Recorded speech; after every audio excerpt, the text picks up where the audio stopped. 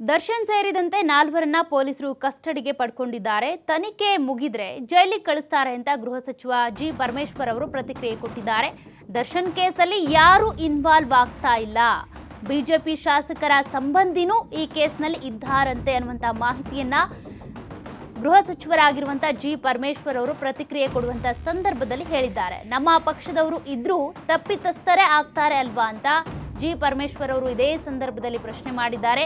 ಯಾರೇ ಇದ್ರೂ ಕೂಡ ತಪ್ಪು ಮಾಡಿದವರಿಗೆ ಶಿಕ್ಷೆ ಆಗುತ್ತೆ. ಈ ಒಂದು ಕೇಸ್ನಲ್ಲಿ ಬಿಜೆಪಿ ಶಾಸಕರ ಸಂಬಂಧಿ ಕೂಡ ಇದ್ದಾರಂತೆ ಅನ್ನುವಂಥ ಮಾಹಿತಿಯನ್ನ ಡಾಕ್ಟರ್ ಜಿ ಪರಮೇಶ್ವರ್ ಅವರು ಕೊಟ್ಟಿರುವಂಥದ್ದು. ಅದೇ ರೀತಿಯಾಗಿ ಈ ಕೇಸ್ನಲ್ಲಿ ನಾವ್ಯಾರು ಕೂಡ ಇನ್ವಾಲ್ವ್ ಆಗೋದಕ್ಕೆ ಹೋಗಲ್ಲ, ತನಿಖೆ ಸಮರ್ಪಕವಾಗಿ ನಡೀತಾ ಇದೆ, ನಡೀಲಿ ಅಂತ ಗೃಹ ಸಚಿವರಾಗಿರುವಂಥ ಡಾಕ್ಟರ್ ಜಿ ಪರಮೇಶ್ವರ್ ಅವರು ಹೇಳಿದ್ದಾರೆ.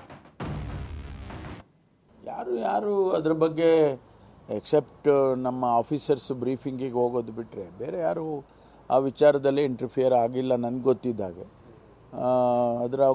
ಅದು ಅವಶ್ಯಕತೆಯೂ ಇಲ್ಲ ಯಾರಿಗೂ.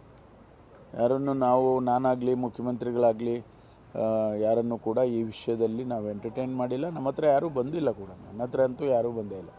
ಈಗ ದರ್ಶನ್ ಅವರನ್ನು ಮತ್ತು ಇನ್ನೂ 4 ಜನರನ್ನು ಕಸ್ಟಡಿಗೆ